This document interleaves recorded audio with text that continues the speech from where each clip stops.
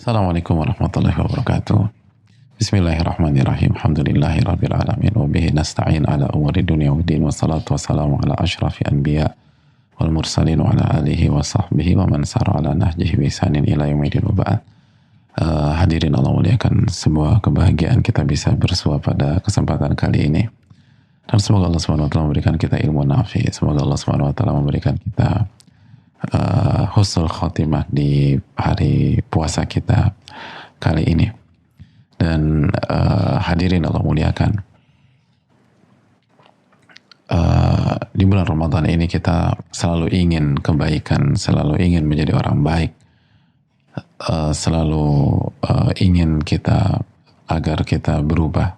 Dan itulah mengapa kita beribadah, mengapa kita berpuasa, kenapa kita rela menahan lapar dan dahaga, karena kita ingin menjadi orang baik dan kita ingin dicintai oleh Allah Subhanahu wa taala. Berbicara keinginan menjadi orang baik, ada nasihat dari Muhammad bin Ka'ab sebagaimana disampaikan oleh Ibnu Mubarak dalam kitab Az-Zuhud. Kata para ulama kita, kata beliau, idza aradallahu bi'abdin khaira, apabila Allah menginginkan kebaikan bagi hambanya, jika Allah ingin hamba itu jadi orang baik dan hidupnya penuh dengan kebaikan, apa yang akan terjadi? Ja'ala fihi thalatha khisal, maka Allah akan jadikan, Allah akan kasih taufik, Allah akan mudahkan orang ini memiliki tiga hal, memiliki tiga sifat. Sifat yang pertama, fikhan fiddin, pemahaman dan pengamalan dalam agama. Fikhan fiddin, jadi dia diberikan ilmu tentang agamanya dan dia diberikan taufik untuk bisa mengamalkan ilmunya. Yang kedua, zahadatan fid dunya, dia diberikan mental dan sifat zuhud terhadap dunia. Dunia itu nggak ada di hatinya, walaupun dia orang kaya. Jadi terlepas dia kaya atau miskin, dunia itu kecil di hati dan benaknya, walaupun mungkin dia orang paling kaya di negeri tersebut atau dia orang paling kaya di kota itu, tapi dia nggak terfitnah dengan hartanya. Yang ketiga, wa basaran bi uyubihi, dan dia diberikan kemampuan untuk pandai melihat aib-aibnya. Itu tiga sifat orang-orang baik.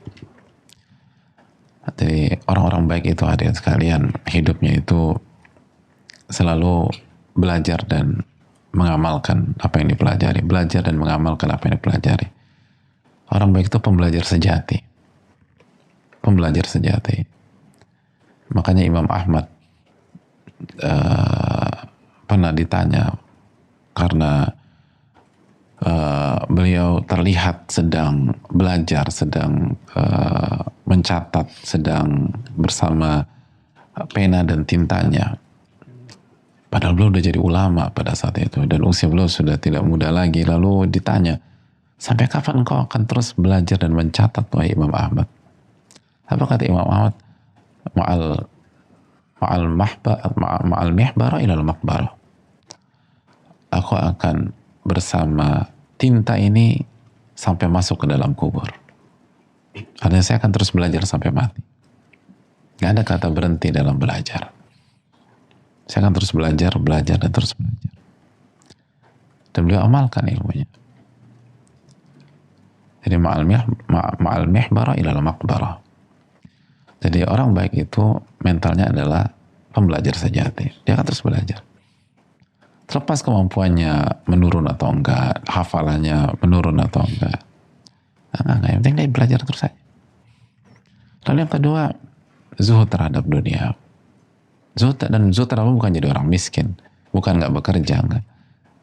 Dia tetap jalankan kewajiban, dia tetap produktif, dia tetap berkarya. Bahkan bisa jadi sebagian mereka adalah orang kaya, karena orang baik itu dari dulu sampai sekarang selalu ada yang kaya, ada yang miskin, selalu demikian polanya.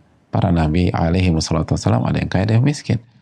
Para sahabat ada yang kaya dan miskin, ulama ada yang kaya dan miskin, selalu polanya demikian. Tapi mereka punya punya benang merah yang sama. Mereka zuhud terhadap dunia. Baik yang kaya maupun miskin, itu tidak menganggap dunia itu besar. Dunia itu kecil. Dan dunia nggak ada di dalam hati mereka. Hati mereka penuh dengan zikrullah azza wa jalla. Tapi kalau kita menganggap dunia itu besar dan segalanya, walaupun kita orang paling miskin, kita bukan orang zuhud. Zuhud itu bukan tentang angka. Zuhud itu tentang rasa. Apa perasaan Anda terhadap dunia itu poinnya. Kalau Anda merasa dunia itu segalanya, ambisi terbesar Anda, angka itu penting segala macam, ya Anda bukan orang zuhud. Tapi kalau Anda merasa ya dunia itu ujian, sekarang saya lagi diuji dengan banyaknya harta, saya nggak tahu ke depan saya diuji dengan apa. Apapun itu, ini hanya sarana menuju akhirat. Maka dia adalah orang zuhud. Lalu yang ketiga, dia fokus sama aib dia. Dan dia nggak hobi nyari-nyari aib orang. Dan kalau lo takdirkan dia tahu, dia akan tutup aib tersebut, aib orang. Dan dia coba nasihati. Kecuali ada kasus yang dibenarkan oleh syariat untuk diungkap, tapi hukum asalnya satar uyubin nas, tutup aib orang, lalu nasihati dengan baik, support saudaranya untuk bisa berubah. Tapi fokus utamanya adalah dia fokus dengan aib dia. Dan kata para ulama, fokus dengan aib pribadi adalah pintu gerbang menuju taubat-taubatan nasuha. Ketika kita fokus dengan aib kita, maka langkah berikutnya kita akan banyak bertobat kepada Allah.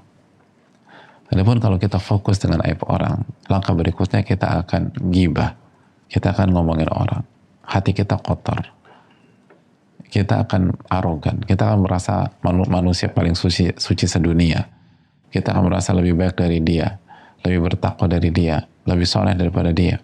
Padahal belum tentu juga. Dan orang sombong, kata Nabi SAW, la yadkhulul jannata man kana fi qalbi mithqalu dzarratin min kibrin. Nggak masuk surga orang yang di dalam hatinya ada kesombongan walaupun sebesar dzarrah. Oleh karena itu, hadirin Allah muliakan, jaga tiga ini. Simpel kok.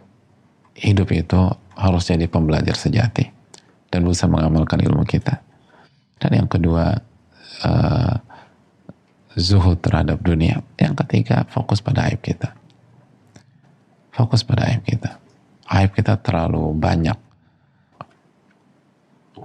untuk kita meluangkan waktu untuk ngurus aib orang gitu loh. Artinya kalau seluruh waktu kita alokasikan untuk ngurusin aib kita, itu kita kurang waktu loh. Kita kurang waktu. Jadi ngapain kita urusin aib orang? Mau kita dihisab sendiri-sendiri. Laha ma kasabat walakum ma kasabatum. Mereka dihisab atau mereka melakukan sesuatu dan kalian melakukan sesuatu. Wala tus'alun, dan kalian gak akan ditanya tentang perbuatan mereka kecuali dalam bab amar ma'ruf nahi mungkar, kecuali dalam bab nasihat. Dan nasihatin orang, kalau salah nasihati. Tapi mentalitas nyari-nyari aib orang, nyari kesalahan lalu diumbar, itu bukan. Jadi sebatas kita hobi nyari aib orang, berarti Allah nggak inginkan kebaikan buat kita. Kita bukan orang baik di sisi Allah, walaupun orang itu buruk juga. Jadi aib yang kita cari-cari itu dan kita bicarakan, memang orang itu buruk, tapi status orang itu buruk bukan berarti menjadikan Anda orang baik juga kan, gitu. Dia dihisab, kita dihisab. Jadi buat apa fokus ke sana? Aib kita banyak, apalagi banyak dari kita baru bertobat atau berhijrah beberapa tahun yang lalu, bukan dari start, dari awal, sehingga tidak punya pondasi yang kuat, belum punya pondasi yang kokoh dalam keimanan dan ketakwaan, bukan dididik dari kecil gitu dengan iman dan ketakwaan dengan segala macam. PR kita tuh banyak sekali. Maka semoga Allah memberikan taufik kepada kita. Wassalamualaikum warahmatullahi wabarakatuh. Assalamualaikum warahmatullahi wabarakatuh. Assalamualaikum warahmatullahi wabarakatuh.